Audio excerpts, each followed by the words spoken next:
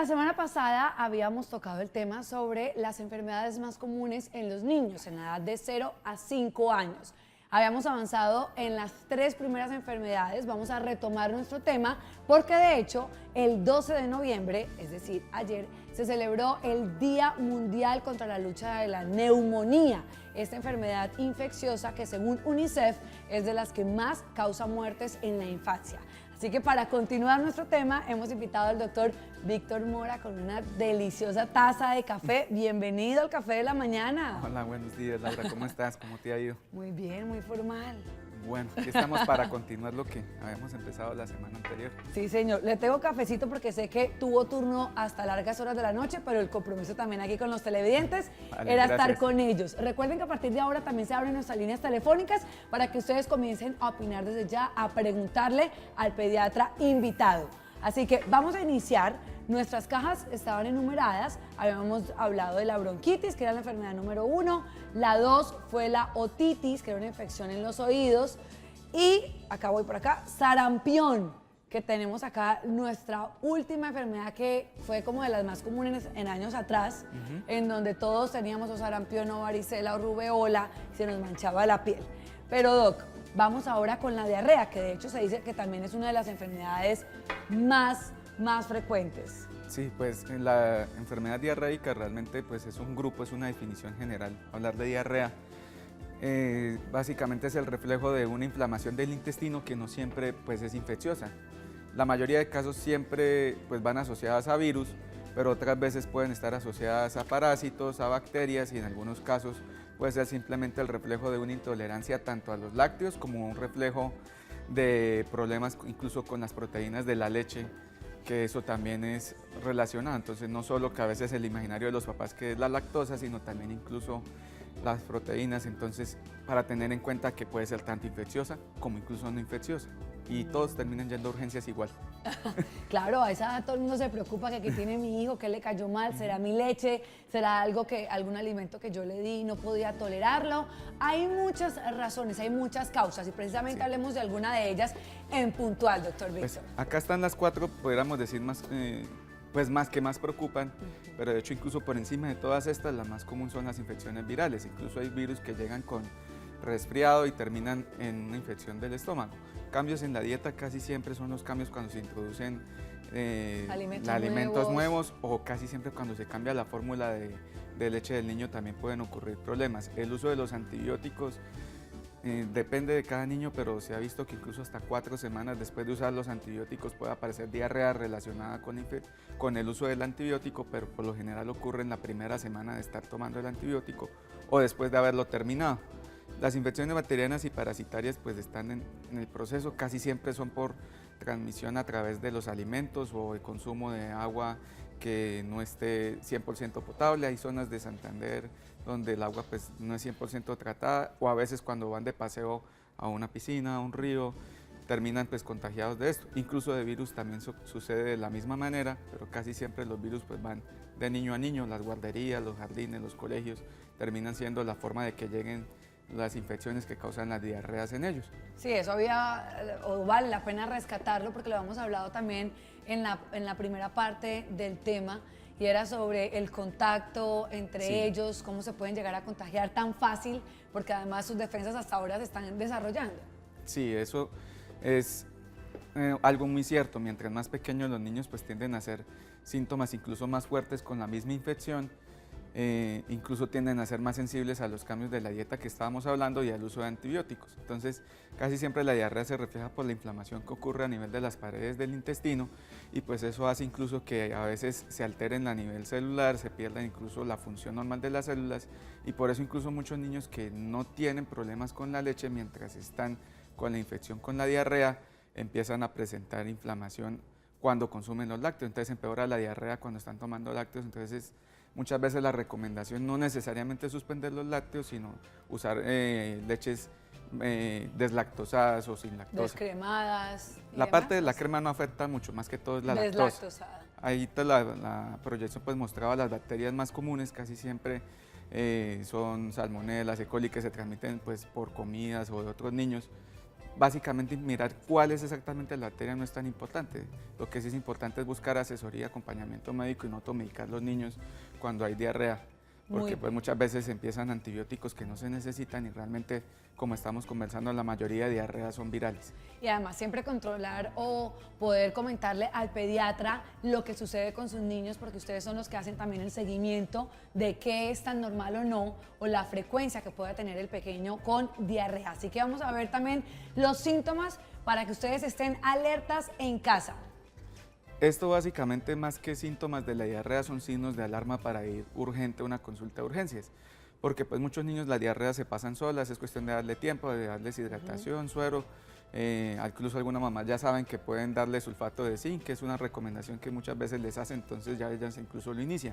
Pero un niño que empieza a beber muy poco, no quiere comer, no se quiere hidratar, tiene la boca seca, orina muy poquito, pues hay signos de deshidratación, entonces necesita un apoyo muchas veces en el servicio de urgencias.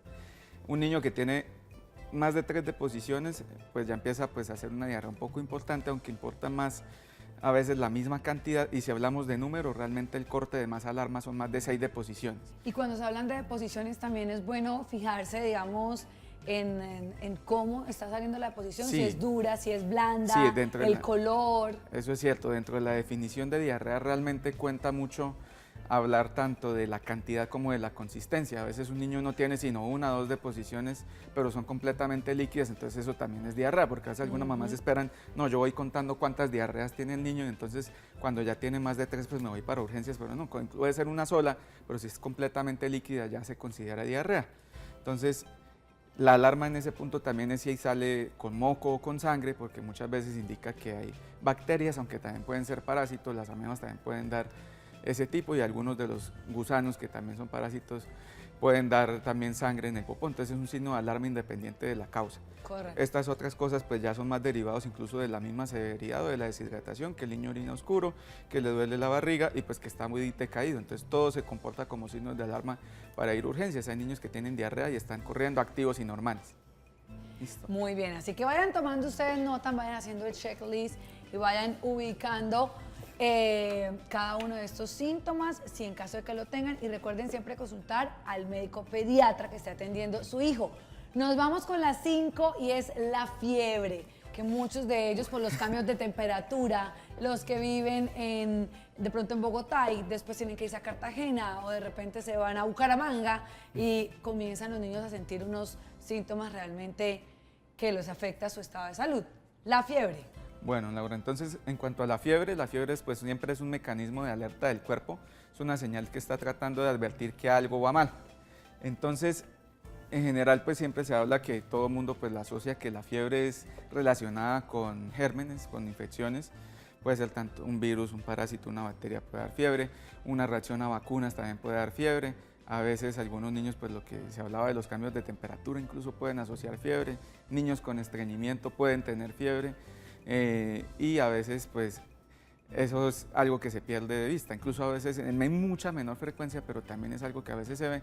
Las erupciones de los dientes pueden dar fiebre de bajo grado, pero pues son cosas que se dejan para el final, que a veces llegan las mamás y las abuelas pensando que eso es lo más común, es que el niño están saliendo los dientes, entonces eso ya es fiebre, pero es casi lo que está al final de la lista.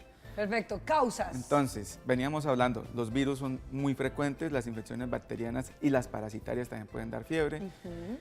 Algunos medicamentos pueden estar asociados, no es tan frecuente, los tumores también no son lo más frecuente.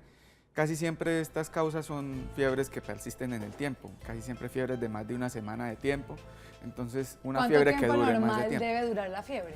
La fiebre puede durar entre un día hasta una semana.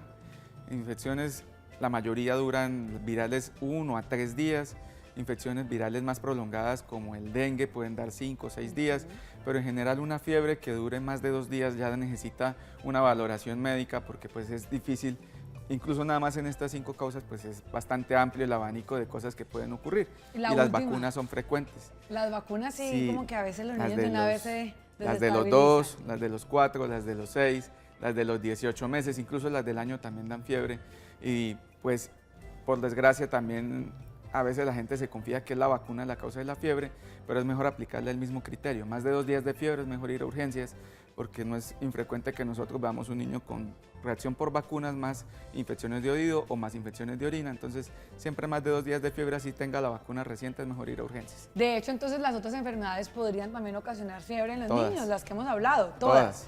Ahí yo sí me voy a detener un poco, Doc, y vamos a quitar mitos, o usted Listo. los va a confirmar. Vale. Generalmente la gente dice, no, le voy a dar una ducha de agua fría para que se le baje la fiebre.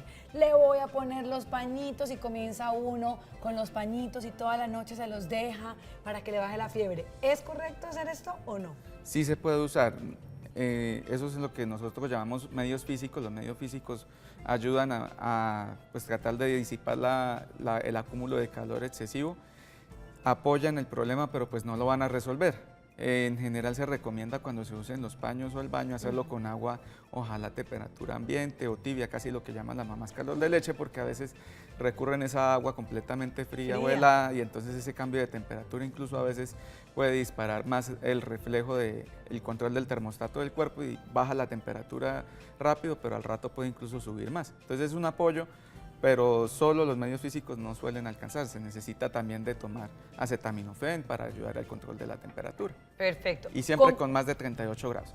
A eso iba. Acá tengo mi termómetro y yo sí quiero saber, cuando esté en 38, ¿es ya síntoma de alerta? ¿Me voy corriendo a la clínica o podría llegar a tratarla en casa? No es un signo de emergencia la fiebre en 38. El signo de alarma realmente con la fiebre para que preocupe, además de la duración, son fiebres más de 39 grados. En general, pues el cuerpo necesita aumentar la temperatura para poder defenderse y es un signo pues normal de estar enfermo, pero pues ya con más de 39 grados es donde aparece la alarma. Cuando tengo este tipo de termómetros, ¿es bueno batirlos? La gente normalmente, cuando lo va antes de usarlo, comienza a hacer, espere, Si quieres, agitar el termómetro. préstamelo un segundo. El termómetro de mercurio tiene pues una particularidad que él casi siempre queda la columna donde estaba al momento en que se tomó la última vez la temperatura. Entonces sí es importante bajarlo hasta que quede al nivel de base, pues eso es la única forma, así es agitarlo, pero pues teniendo cuidado de no tirarlo al suelo. Y no tomándolo desde el lado del mercurio. Sí, si lo toman de aquí de la ampolla, pues le van a subir la temperatura, entonces hay que agarrarlo de la parte de vidrio para que no se suba la temperatura. Con los termómetros pues digitales, de todas maneras, ellos asisten calienticos, regulan la temperatura rápido, entonces no hay preocupación de dónde lo agarren al momento de usarlo. En cambio, un termómetro de estos de los de mercurio sí se recomienda agarrarlos por la porción de vidrio. Ya están cayendo en desuso y pues la cuestión de la precisión de los termómetros digitales y pues el riesgo a veces de las intoxicaciones, a veces con mercurio, que aún llegan a urgencias, pues también es el riesgo. En ese caso, si llegara un niño a tener contacto con el mercurio, realmente el mercurio de estos termómetros no se absorbe, lo único que puede dar es un poco de diarrea, de resto entonces no hay mayor preocupación tampoco. Muy bien, pregunta, acá tengo mi bebé en las manos, tengo para hacer el ejercicio. Sí. ¿Cuál es el lugar indicado para tomar la temperatura? Porque no le dicen póngalo debajo de la axila, hágalo por la cola, téngaselo en la boca. Realmente, ¿cuál es el que me daría con certeza la temperatura del bebé? Todas las opciones son viables. En general, la temperatura rectal puede ser la más precisa, pero no es la más cómoda y pues no vale la pena en aras de una mayor precisión pues incomodar tanto al niño. La temperatura oral, pues muchas veces estos termómetros no son de uso exclusivo del niño, entonces a veces es difícil y pues la precisión es un poco variable. Entonces por términos de practicidad y pues la precisión es relativamente buena, se puede trabajar con axila y es pues el punto donde usualmente recomendamos pues tomar la temperatura.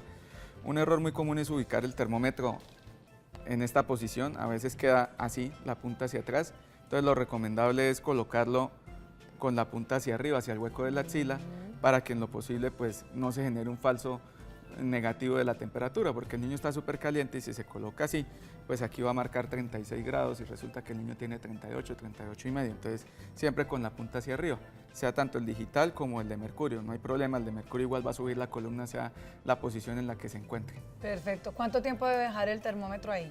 Estos termómetros necesitan 5 minutos, el termómetro de mercurio, el digital hasta que pite. Hay algunos termómetros digitales que en 10 segundos ya marcan temperatura. Entonces él avisa. En cambio esto sí toca 5 minutos para que marque bien la temperatura porque si no pues no sube hasta donde debe subir. Muy bien. Y una última pregunta con relación a la fiebre y es, ¿dónde me identifico yo que realmente tiene fiebre? Porque a uno le decían antes, tóquele la frente, tóquele el cuello, y ahora no, es si los brazos o las piernas están calientes. En el termómetro se identifica. Ah, es decir, no se guíe si el cuerpo como tal está caliente, sino ponga el termómetro inmediatamente. Sí, en el termómetro es donde se puede identificar. Hay muchos niños, especialmente los niños pequeños, que se ponen calientes aquí en la región de la cabeza porque pues, las molleras o fontanelas, como es el nombre científico, pues liberan bastante calor. Algunos niños en el cuerpo están muy calientes y especialmente cuando pasa la temperatura de 39 se sienten fríos en las extremidades, entonces lo mejor es siempre tomar la temperatura con el termómetro para poderse guiar. Es decir, vayan a la fija entonces, señores. Sí. Ahí les vamos dejando este tema. Y neumonía, que es también una de las preocupaciones más grandes, que no solo de hecho de 0 a 5 años, sino también a los adultos mayores les aqueja la neumonía. ¿Qué es, doctor? Bueno, la neumonía es una inflamación a nivel pulmonar donde las bacterias, incluso también hay neumonías por virus, y eso es algo que también hay que abrirlo y la gente debe ser consciente que a pesar de que a veces el niño vaya enfermo, no siempre va a terminar con antibióticos, y pues refleja que esa infección pues tiende a ser mucho más complicada que tratar una bronquitis o que tratar un resfriado. Entonces, dentro de las proporciones, lo más común es que sea bacteriana de todas maneras. Entonces, casi siempre que se diagnostica va a necesitar antibióticos, y ese pues es algo que tiene que tener clara la gente, pues que un niño no siempre va a ser fácil de diagnosticar, pero siempre que se identifique con neumonía es una infección más seria. Muy bien, ahí ingresó dentro de nuestra baraja porque queremos crear conciencia de la importancia de que usted esté muy alerta a las causas de los síntomas de la neumonía. Recuerde que es una enfermedad que aqueja a la primera infancia. La Organización Mundial de la Salud nos hace una recomendación importante, así que vamos con las causas. Listo. Doc. Bueno, aquí esta parte pues está mezclado en la infografía tanto los factores, por decirlo así, de riesgo, los niños más que se infectan, y pues propiamente sí la infección. Los microorganismos, como veníamos hablando, bacterias, virus, hongos también pueden hacerlo, pero los hongos son muy raros, casi siempre es un niño que está muy enfermo, y por lo general son niños que tienen cáncer o que tienen por algún otro motivo las defensas muy bajas. La desnutrición es quizá el factor de riesgo más importante y favorece que puedan aparecer infecciones de cualquier otro tipo. Por lo general las infecciones llegan como un resfriado y terminan aterrizando en la parte pues, más baja de las vías aéreas, que son los alvéolos, que es básicamente el parénquima, o sea, como la carnecita, la estructura básica del pulmón, y ahí se logran asentar. Como esa zona es muy rica en oxígeno y pues en la circulación, es una zona donde las bacterias crecen fácilmente. Siempre pues en la fase inicial una neumonía puede parecer un resfriado, entonces realmente las pautas para poder saber es que aparezca tos. Este aumento de secreciones a veces aquí a nivel de los pulmones va a inducir que haya mucha tos. Y aparte de eso, pues las bacterias por la inflamación y todo van a desencadenar que el niño no oxigene bien y va a tender a respirar más rápido. Entonces, tos y respiración rápida o esfuerzo, dificultad que el niño diga que le cuesta respirar, son una parte de la base para identificar neumonía. No siempre hay fiebre. ¿Esa tos debe ser seca o con flema, por decirlo así? La mayoría de veces es tos con flema, pero no siempre. Entonces es más importante esta combinación, fiebre con tos. Y también es importante cuando no hay fiebre, combinar la tos con dolor en el pecho o con dificultad para respirar, porque hay algunas neumonías por algunas bacterias y por virus donde la combinación no es con fiebre, sino es la tos con dificultad para respirar. En la combinación más común, que es fiebre y más tos, usualmente la fiebre tiende a ser alta, más de 39 grados, y por eso aparecen los escalofríos. El cuerpo necesita de alguna forma disipar calor, y también parte del reflejo termina induciendo que aparezcan escalofríos, que son los temblores involuntarios del cuerpo, pues que muchas veces las mamás llegan más asustadas por esto. Muy bien, doctor. Víctor Mora, pediatra, invitado hoy aquí en el Café de la Mañana. Mil gracias por habernos acompañado hoy en este especial. Bueno, muchas gracias a ustedes, Laura, por la invitación, y pues enfatizar en que siempre que hayan algunos de estos signos deben buscar apoyo y no automedicarse, porque los antibióticos no van a curar la fiebre, que es algo que a veces la gente lleva en el imaginario. Entonces siempre buscar ayuda, teniendo en cuenta lo que les enseñamos aquí.